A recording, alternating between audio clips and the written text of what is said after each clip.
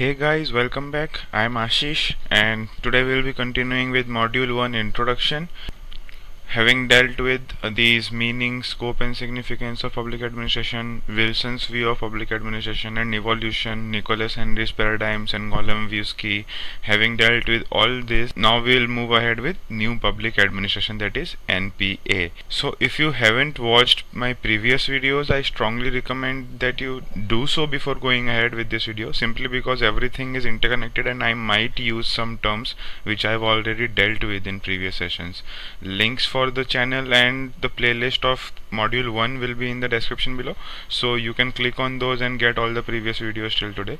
So starting with NPA, I have decided to break the topic into two videos. Today's session will include up to Minnowbrook Conference 2. Now there are certain Minnowbrook conferences, 3 of them. I will deal with only up to Minnowbrook Conference 2. Next video will include from Minnowbrook 3 and other miscellaneous topics along with Blacksburg Manifesto, which is a kind of hidden topic. So sit tight and enjoy the ride. Starting with NPA. So what is NPA? Now you have to understand something. When we learned about Nicholas Henry's paradigms, we saw that there was a challenge era. Before paradigm 3 there was a challenge era where thinkers challenged everything that stood before that period. Everything from rules and principles, paradigm 1, paradigm 2, everything was challenged.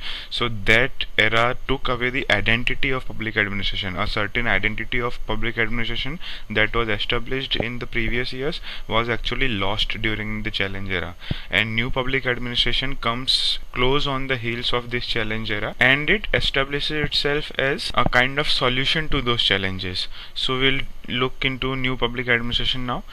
NPA was the outcomes of upheavals in the society during 1950s and 60s. I already told you that there were certain challenges that were put forward by thinkers during the 1950s and 60s in the challenge era from 1938 to 1950, that if you remember. So NPA was the outcome of these upheavals in the society. It was a turning point in the evolution of public administration as a discipline. There was this old concept put forward by Woodrow Wilson, politics administration dichotomy. Woodrow Wilson put forward this. This was a major theme of paradigm 1, if you remember correctly. So these principles of politics administration dichotomy and others were completely rejected by new thinkers, and it caused concern to scholars in both political science and public administration in both the streams. Politics administration dichotomy तो reject किया ही, plus politics और administration दोनों के scholars को it caused concerns कि this dichotomy is not serving us better. You cannot just separate politics and administration into two watertight compartments. So politics administration dichotomy came into question. They argued that unless the two disciplines mix freely, as I told you, they argued that unless the two disciplines mix freely without losing their identities, understanding of government would be lopsided. So they argued for doing away with this dichotomy, losing this dichotomy concept as a whole, and considering politics and administration as related to each other, though not interfering with each other but related to each other. So in the late 60s, what happened was, in the view of these rejections of old principles, some of the best of the younger generation of American scholars, they pioneered a new movement. And what was this movement? It was NPA, New Public Administration. So this is how NPA was born in the late 1960s. The young academics were sensitive to the failings of American democracy. Now, how did American democracy fail? We'll see that in the upcoming slides. Just for now, just understand that there were some failings of American democracy, and young academics were not happy with that. So the scholars gathered at Minnowbrook. Minnowbrook is a place under the leadership of Dwight Waldo. We have seen this while dealing with paradigms of public administration, Nicholas Henry's paradigms. I have told you about Dwight Waldo in very brief. So new public administration is all about Dwight Waldo, because new public administration as such started with the conference at Minnowbrook. This is the Minnowbrook Conference 1, and the leader of this conference was Dwight Waldo. So whatever the values of new public administration that we learn were actually decided at the Minnowbrook Conference 1, and the ideas and resolutions that were put forward at this conference were nothing but the ideas of Dwight Waldo among others. So what these scholars did was they gathered at Minnowbrook under the leadership of Dwight Waldo, and they challenged the givens of orthodox public administration. In Paradigms of Public Administration, we learned that paradigm 2 was called as orthodox public administration. Why was it called orthodox? Because thinkers of those times stuck to the rules, stuck to the principles. They did not want to consider anything else. जो लिखा हुआ है वैसे ही करेंगे. They stuck to the rules, so that is why they were called as orthodox. So they challenged the givens of orthodox public administration. They challenged the rules which they stuck to. They challenged those principles. They challenged those givens of old public administration, which was orthodox in nature. These are also turbulent times. We'll see how it was turbulent in the upcoming slides. So we'll see how the American democracy failed, how the times were turbulent. We'll see this in the upcoming slides. So because of the turbulent times that the scholars were seeing, the scholars demanded restoration of values. They demanded public purpose in government. What is restoration of values? Because old public administration only cared for rules and principles. They did not care about values at all. They always thought that values were something which can be done away with. So human emotions, human values were not considered by them. So young scholars of NPA demanded restoration of these values. They demanded that public purpose should be there in government. Government should work only for people. Government should work only for the welfare of public. Wallace Sirey, as we have already seen, paradigm 3, after challenge era came paradigm 3. So paradigm 3 was the era when public administrators went back to political science. So Wallace Sirey commented on that period. He said that public administration is ultimately a problem in political theory. This was a practice question for you in that paradigm lecture. If you had practiced this, you must be knowing about it. Public administration is ultimately a problem in political theory was the statement of Wallace Sirey. And some other administration scholars, as we saw in paradigms 4, went towards management. Paradigm 3 was public administration as political science. Paradigm 4 was public administration as management. So management oriented public administration curriculum was also found irrelevant. तो सब कुछ irrelevant हो गया था. So this is how NPA was born, because political theory in alone itself would not serve public administration's purpose, and management on its own could not serve public administration's purpose. Everything was found as irrelevant, and that is how your new public administration or NPA was born. Moving ahead, now new public administration stood for something new. So what did your old public administration or traditional public administration signify? There were some particular features of traditional public administration which the scholars of NPA were against. So what were these features? The objective of traditional public administration was always efficiency and economy, and for this efficiency and economy they said that we should always follow the rules, we should always follow the principles. They were orthodox in nature. So because of that they neglected all the human emotions. So you can see no place for human relations.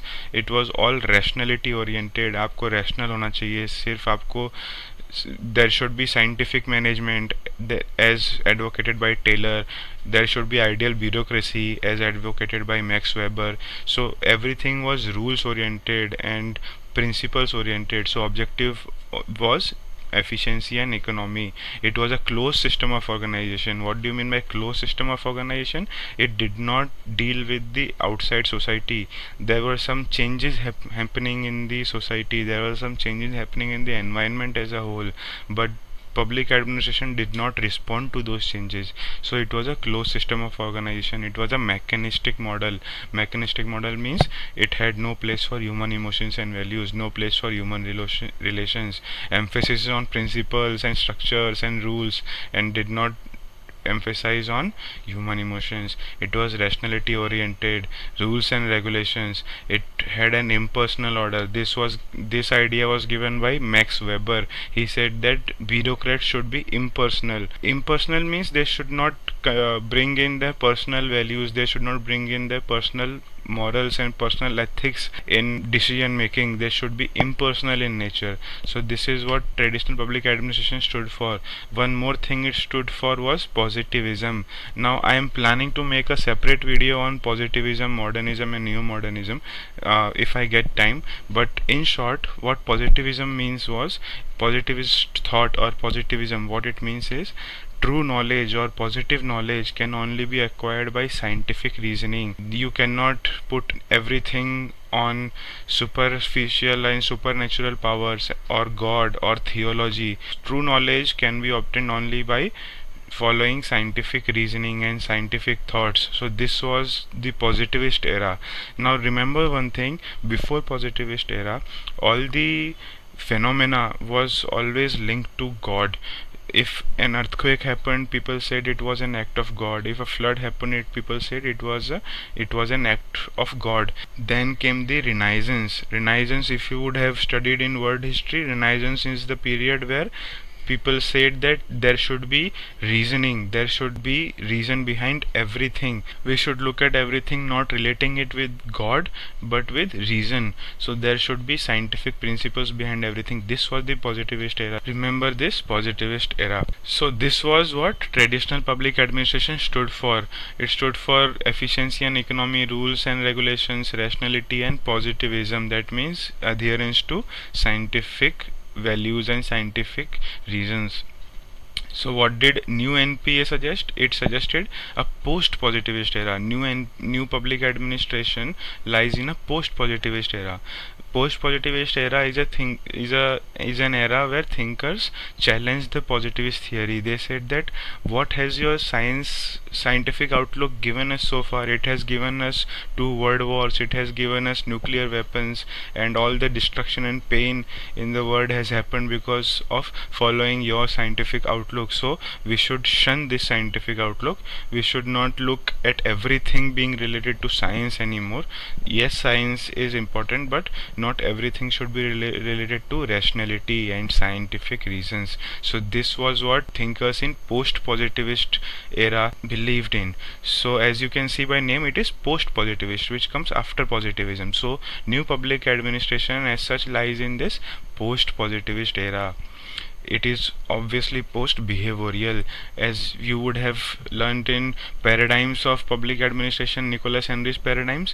I have told you what behavioralism means. So obviously new public administration was in post-behavioral era. Who were the 2 main thinkers that we learned about in paradigms which were related to behavioralism? They were Herbert Simon and Robert A. Dahl. And new public administration thinkers challenged that old thought. Everything before them was traditional. So behavioralism was traditional. They stood for post-behavioralism. They stood for post-positivism. NPA was also phenomenology based. What is phenomenology based? Value and fact mixed. As we have seen, there were no importance given to values, human values and human emotions. So NPA tried to achieve the mixture of value and facts. It was phenomenology based. Public policy oriented. Welfare of people should be the prime importance. Social equity approach. Equality and equity should be in the society. This was all that new public administration stood for.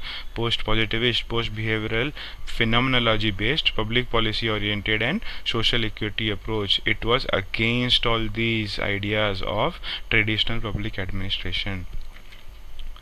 Now we'll look at some reasons of emergence of NPA. So as we have already seen, traditional public administration, TPA, traditional public administration, emphasized on administration rather than public. Public were ignored. It was not considered important to provide welfare to people. So administration was emphasized on rather than public. Principles and procedures were emphasized on rather than values. We saw that already.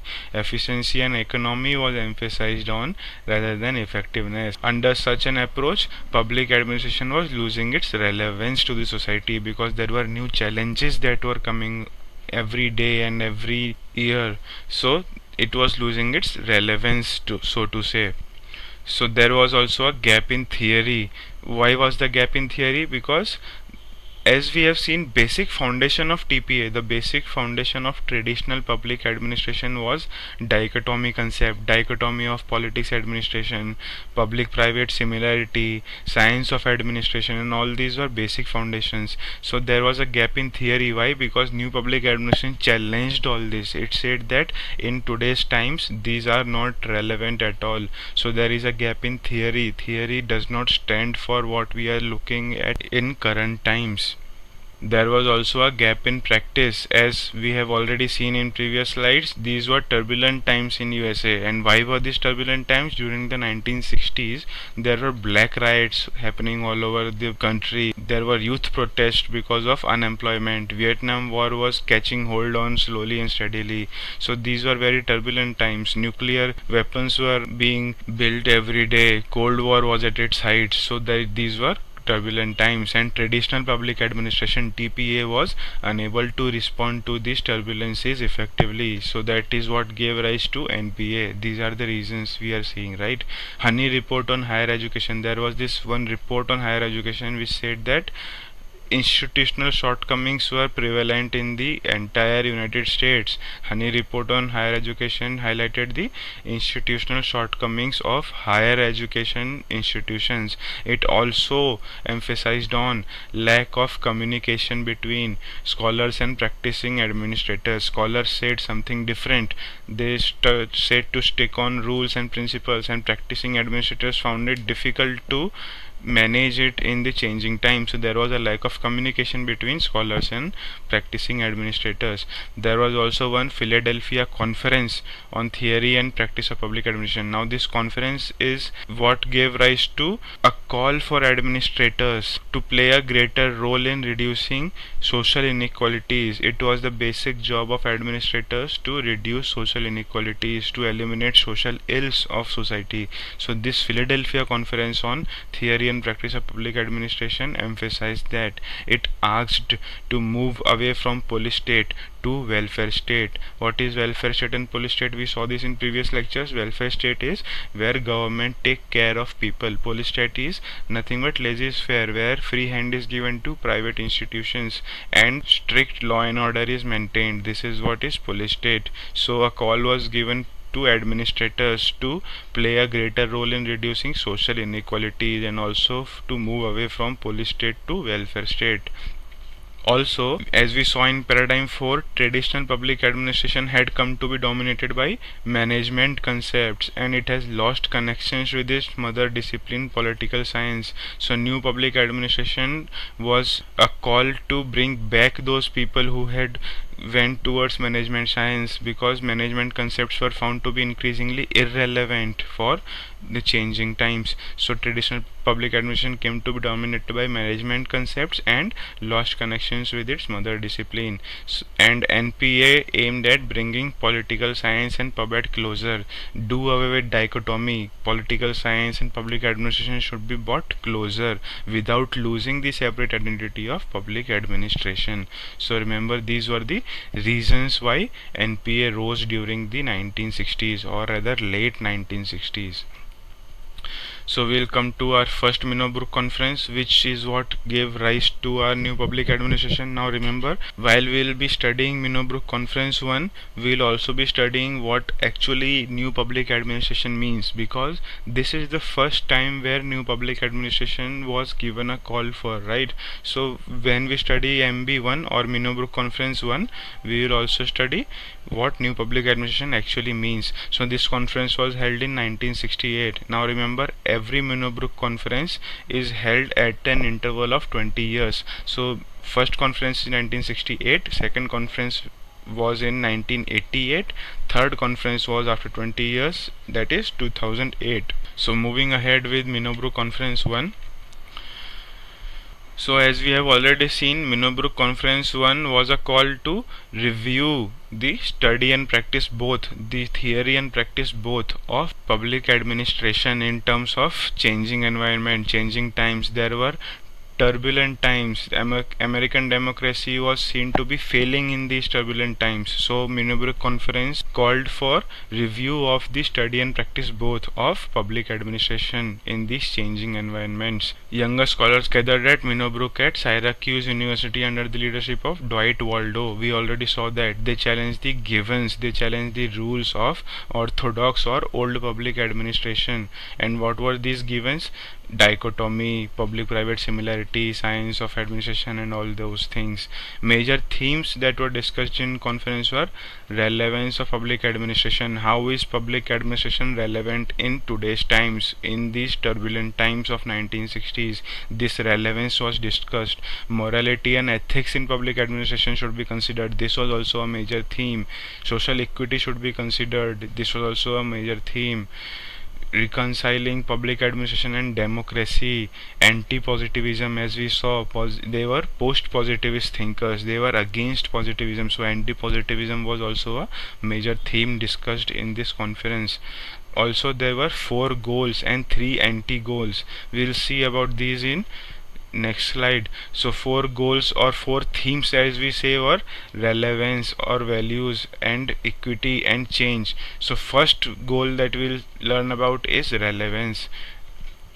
Relevance is more of an reinterpretation than an original quest. Why is this so? Because they sought to define how public administration is relevant in changing times. They did not try to define the relevance as such, they tried to change the relevance of public administration in changing times. So it was more of a reinterpretation than original quest. These were turbulent times. American democracy has failed to keep up with these turbulent times. So it was a reinterpretation of relevance of public administration. Traditional public administration was interested in efficiency and economy. As we saw, they did not focus on values and emotions. The new public administration movement discovered that the discipline, the strictness, that this discipline had little to say about contemporary problems and issues of black riots, Vietnam War, Cold War, and everything. So traditional public administration was insufficient to deal with these issues. So this was what was discussed in relevance, that traditional public administration is irrelevant in today's times. Management oriented public administration was also found to be irrelevant. Another aspect of relevance was they asked various questions, and these questions as a whole form your another aspect of relevance. So what were these questions? Public administration knowledge is for what? क्या public administration का काम होता है political power को perpetuate करना? As you can see the second question is it the purpose of public administration to facilitate the use of administrative knowledge for perpetuation of political power? क्या political power को perpetuate करना ही काम होता है? These were some of the questions raised during Minnowbrook conference 1. What standards of decisions do we use to make decisions? Who defines our questions and priorities for us? What are the uses of PubAd as a social and political science? So these were some important questions that were raised during Minobrook Conference 1, and this is what defines your another aspect of relevance. Okay, how is public administration relevant in the face of these questions, these particular questions? These were obviously very disturbing questions, challenging the status quo in public administration. एक status quo reach हो चुका था public administration में during paradigm 1 and paradigm 2, as we had saw in paradigms of Nicholas Henry. So these were obviously very disturbing questions which challenged the status quo in public administration. What new public administration demanded was radical curriculum change. एक radical curriculum change की ज़रूरत है, because times have changed so much that traditional public administration is not relevant anymore. So we need a radical curriculum change to facilitate meaningful studies. So this is what the theme of relevance that was discussed during Minobrook Conference 1. We'll move on to our next goal or next theme, that is values. Now, as we had seen that traditional public administration did not consider values at all. They always stuck to rules, they always stuck to principles. So what new public administration did was it openly rejected the value neutral position taken by behavioral political science and management oriented PubEd, जो paradigm 4 और paradigm 3 में जो हुआ था और paradigm 1-2 में भी हुआ था. So new public administration rejected all those value neutral positions. They said that values were important and values should be considered. Value neutrality in PubEd is an impossibility, they said. There cannot be public administration with value neutrality. Value neutrality should be rejected. Value neutrality is an impossibility. And the work of the discipline is to work for disadvantaged sections of society. The discipline should explicitly espouse the cause of the disadvantaged sections of the society. जो under privilege sections हैं, जो disadvantage sections हैं society में, उनके लिए public administration को काम करना चाहिए. And this is not possible by sticking to value neutrality. We need human values, we need morals, we need ethics, and that is only when we can work for disadvantaged sections of society. This is what scholars of NPA suggested during MB1, Minobrook Conference 1. They said that in our eagerness to make public administration scientific and rational, we had adhered to concept of value neutrality. What this means was, traditional public administration prospered in an era of positivism. तो वहाँ पे हर चीज़ को scientific outlook से देखा जाता था, scientific and rational outlook. So in our eagerness to make public administration scientific and rational, in our eagerness to adhere to positivism, we had adhered to the concept of value neutrality, and this has proved to be dysfunctional to both public administration as well as the society. The next goal or theme we would be looking at is equity. Equity is nothing but equality and justice for all in society. All disadvantaged sections and underprivileged sections should be looked upon for. That is nothing but equity. What NPA found was that social equity is important for human development. अगर human development करना है तो social equity होनी चाहिए. अगर equity नहीं है society में तो human development would be futile. It called upon administrators to become champions of underprivileged sections of society. As we had seen in the previous slide of values, underprivileged sections of society should be the priority of public administration. So it called upon the administrators to become the champions of these underprivileged sections of society and asked them to display open partisanship. What does partisanship mean? Taking sides, being partisan to someone, taking sides. So there are two views of partisanship. One is political partisanship. We are not talking about political partisanship here. Public administrators or bureaucrats as such should be politically neutral. They should not show any political partisanship. The partisanship that we are talking about here is partisanship towards the society. They should display open partisanship towards the society as a whole and especially underprivileged sections. So they should become champions of underprivileged sections of society and display open partisanship in policy making. It aimed to set up an egalitarian society, an equity and equality based society. It aimed to set up an egalitarian society. To make PubEd more proactive. What is proactive? Anticipating something in future and working towards stopping it from happening. That is what is proactiveness. So it asks public administration to be more proactive to measure social issues to changing times. Next goal or theme is change. Now remember, equity and change go hand in hand. If you want to bring social equity, if you want to bring equity in society, society as a whole should be changed, right? So equity and change always go hand in hand. Change is to serve the cause of social equity, is to actively work for social change. As I said, social equity and social change go hand in hand. So these third goal and the fourth goal are synonymous in nature, because to serve the cause of social equity, अगर social equity लानी है तो we have to actively work for social change. This is the motto of new public administration. The attack is on status quo and against the powerful interests entrenched in permanent institutions. We have to dismember these powerful interests that have entrenched themselves in permanent institution. What are these powerful interests? The bureaucrats that have assumed too much power to themselves, the politicians that have assumed too much power to themselves. This is what the attack of new public administration is on. They should be responsive to changes occurring in society.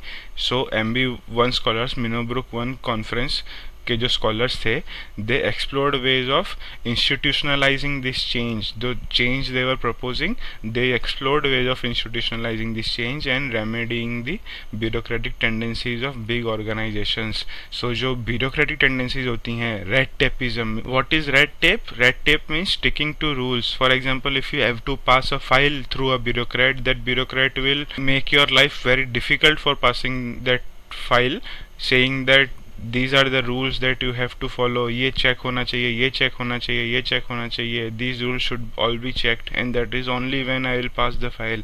So too much of sticking to rules is red tapeism. Red tapeism is one of the bureaucratic tendencies.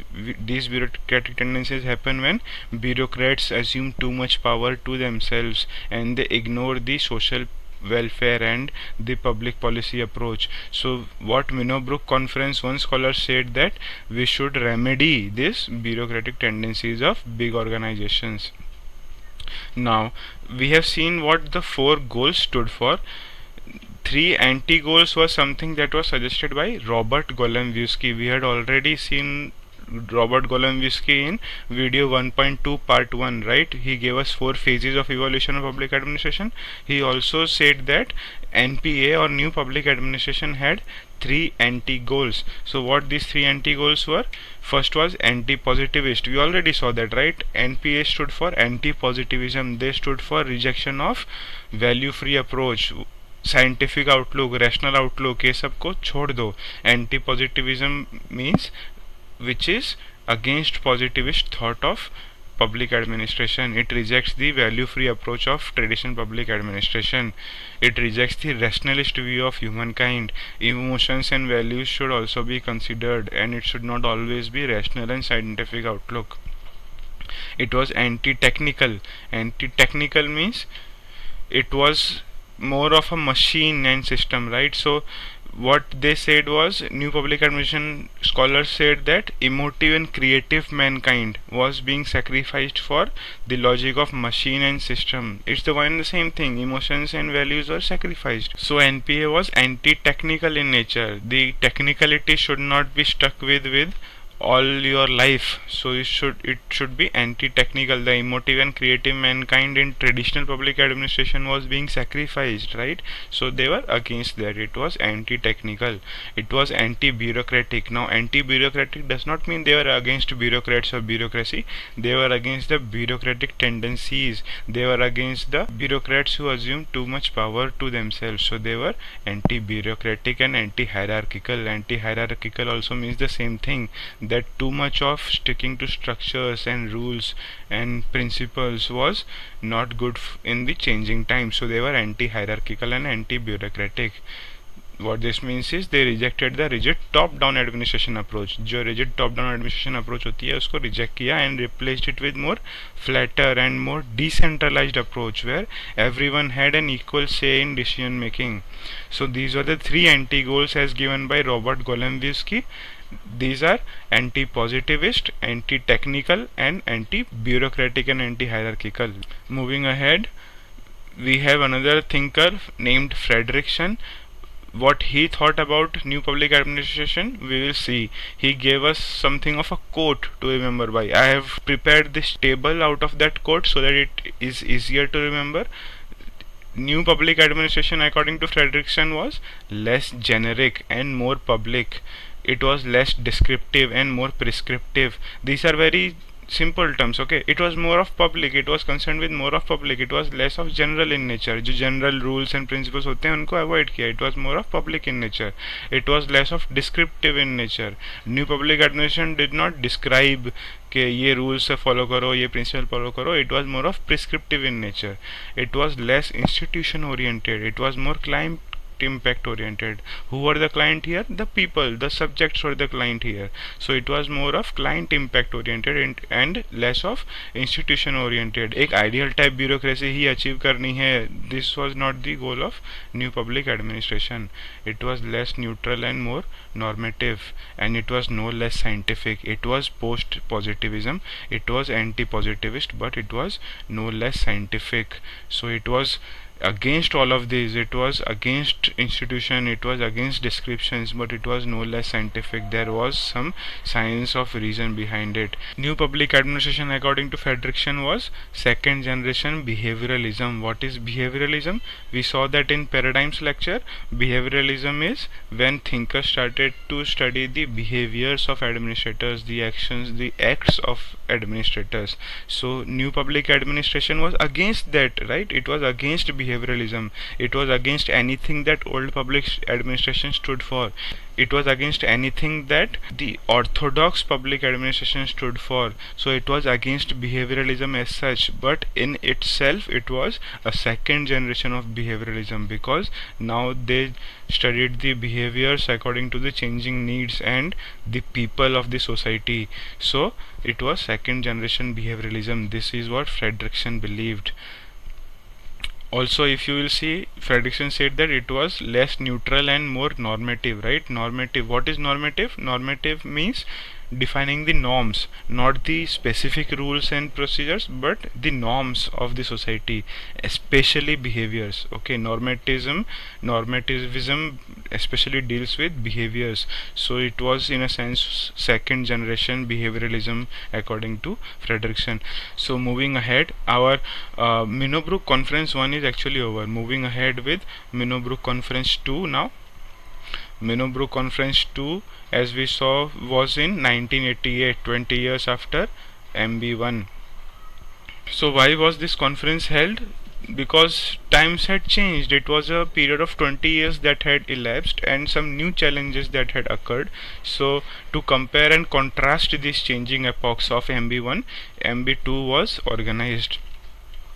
Environmental context was different from MB1. Why? Privatization, contracting out, globalization, these terms were catching vogue, these terms were being used more and more. So environmental context was different from MB1. MB1, Minobrook Conference 1, challenge to public administration. That it was a challenge to public administration. In what way? To become more proactive, as we saw in previous slides, right? Minobrook Conference 1 challenge that you should become more proactive with respect to new social issues and turbulent challenges that were appearing. But Minobrook 2 on the other hand was not so much of challenge. It retracted from this action perspective. It did not stick to that change karo. It retracted from that action perspective, and it moved towards more cerebral examination. It became more practical in nature, so to say. As you can see, Minobrook Conference 1 was radical and confrontational in nature. It was very radical. It opposed everything that old public administration stood for. It challenged the public administration as a whole in light of the new challenges that had occurred. So it was much radical in nature and much confrontational in nature. Minobrook Conference 2 on the other hand was more practical in nature, and it was respectful to the seniors in the profession. They did not discredit all the seniors. They did not say that Woodrow Wilson ने जो बोला गलत है, Max Weber ने जो बोला गलत है, जो सब ने बोला है वो गलत है. Minobrook Conference was not such radical. It was respectful towards the seniors in the profession. Now there were some similarities between Minobrook 1 and Minobrook 2, and there were many differences too. So first we'll look at what were some of the similarities between both the conferences. Now some of the topics of Minobrook 1 also found place in Minobrook 2. So there was a kind of continuity in the interest. What were these topics? Ethics, social equity. We saw this happened in Minobrook 1 also, right? So ethics, social equity, human relations पे ध्यान दो, values पे ध्यान दो, not only on rules, reconciling public administration and democracy, and all these were the themes which were common to both Minobrook 1 and Minobrook 2. And among these, social equity was a major continuity theme. It was a major theme that also featured in Minobrook Conference 2. As you can see, concern for social equity was a big similarity between MB1 and MB2. Democratic values होनी चाहिए. First of all, they argued for values and also for democratic values, because administration is nothing if you if you are against democracy as a principle, so there should be democratic values in public administration. There should not be over bureaucratization, क्योंकि अगर over bureaucratization हो जाता है, if bureaucrats assume too much power to themselves, then democracy loses its relevance. So there should be democratic values in public administration. Was also a similarity between MB1 and MB2. Centrality of public administration. Public administration should be central to all the problems of the society, to all the social issues, social ills, and the changing turbulent times. It should be central to everything. It should respond to everything. So democratic values and centrality of public administration was also a similarity. Acceptance of heterogeneous nature of workforce in response to social diversity. The society as a whole is diverse, and our workforce should also be heterogeneous to respond to this diversity, and acceptance of this fact. This was the similarity between MB1 and MB2.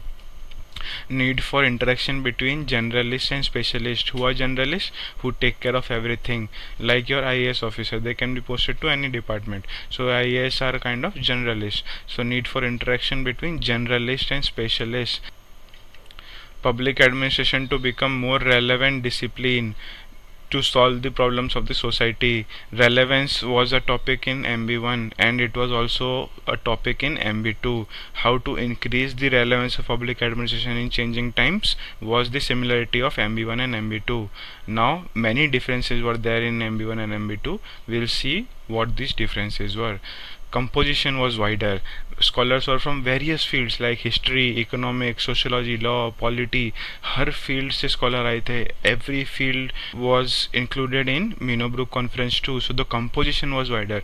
What this wider composition achieved was, it was acknowledged that the need for public administration to have interlinkages with other discipline. Public administration cannot stand aloof. It cannot stand with dichotomy and other such stuff. It should have interlinkages with other disciplines without losing its separate identity. This is what wider composition achieved. Also, difference was in inclusion of some of the themes that were not so prominent in first conference. What were these themes which were different?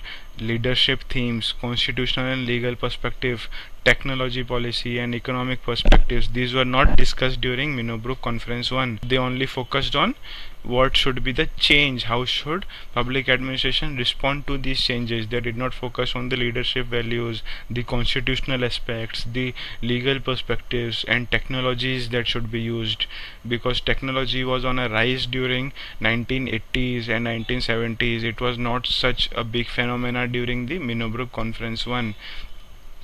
So inclusion of these themes were different from Minobrook 1. Minobrook 1, as we have seen, was radical and confrontational, and 2 was more practical and respectful to the seniors in profession. Minobrook 2 also emphasized on short-term goals and vision instead of long-term vision, which Minobrook 1 focused on. Minobrook 2 focused on short-term goals and visions, जो achieve कर सकते हैं in the short run, which is achievable. Minobrook 1 was more radical. The visions of Minobrook 1 were not achievable as such. It was more of confrontational and radical in nature. Minobrook 2 emphasized on something which could be achieved in a short term. So it had a short term goal and vision. It recognized that external environment is highly complex and meaningful long term vision is neither desirable, क्योंकि society is changing on a very large scale. तो अगर हम long term vision लेंगे तो it would not be meaningful or desirable anymore, because external environment is highly complex and it is highly dynamic. Minobrook 2 recognized that it is not possible for public administration alone to set up an egalitarian society. जैसा Minobrook 1 ने बोला था कि we have to equity was one of the goals or themes of Minobrook Conference 1. They said that we have to set up an egalitarian society. Minobrook 2 said that public administration अकेला egalitarian society setup नहीं कर सकता. It can only reduce inequality, ठीक है, लेकिन eliminate नहीं कर सकता उसको all together. It can only reduce inequality. अगर आप एक कम्प्लीटली इगैलिटेरियन सोसाइटी सेटअप करने की बात कर रहे हो, Minobrook 2 can not achieve that. So that is how Minobrook 2 was more practical in nature. Instead of just giving up theories, it was more practical in nature, and it recognizes drawbacks too. So Minobrook 2 focused on personal policies. What is personal policies? The bureaucrats and administrators, उनके जो personal policies and qualities हैं, administrative leadership हैं, उन पे focus किया. Minnowbrook 1 gave a call for gutsy bureaucrats, guts होने चाहिए. Minnowbrook 2 gave call for capable bureaucrats, bureaucrats should be capable. So they focused on personal policies. Also technology could be used, but technology cannot be idealized as necessary tool. These were the times when, as I said, technology was on a rise. So technology as a theme was discussed in Minobrook Conference 2. It was not discussed in Minobrook 1. And while discussing this, they said that technology could be used, but it cannot be idealized as a necessary tool, because technology as a zenith of what we see today, it was not realized back then. It was only in its nascent stage. So they were very skeptical, they were very critical of technology. So they discussed it, they said that it could be used, but it should not be idealized. It is neither a necessary condition nor a sufficient condition for success, they said. It was argued that good old public administration will never go out of fashion. कितनी भी technology ले आओ, good old public administration will never go out of fashion. And this is how they were respectful towards the seniors in the profession. Even with all the technology at his command, a purely trained and unmotivated civil servant would be insensitive and corrupt.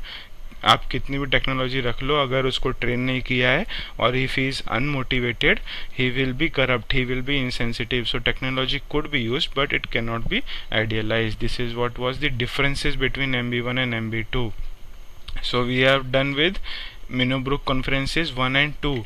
Now moving ahead with Minobrook conference 3, what I'll do is I'll end this lecture here, and from Minobrook conference 3 and other miscellaneous topics along with Blacksburg conference, I'll take up in the next session. Now Blacksburg manifesto is one of the hidden topics which is not directly mentioned. Neither are Minobrook conferences, but Blacksburg manifesto is an important part of new public administration. What happens is Blacksburg manifesto is not given in any of the books, so I have included that in my material, and we will be seeing that in the next session. So if you do not want to miss any of my upcoming videos, please subscribe to the channel, and links for my channel and playlist would be in the description of this video. Go ahead and watch all the previous videos if you haven't done yet. Next session on Minobrook conference 3 and other aspects of NPA would be coming up very soon. Thank you for watching this. Please like and comment on the video, and also share if you like the way I teach. Thank you. Peace out.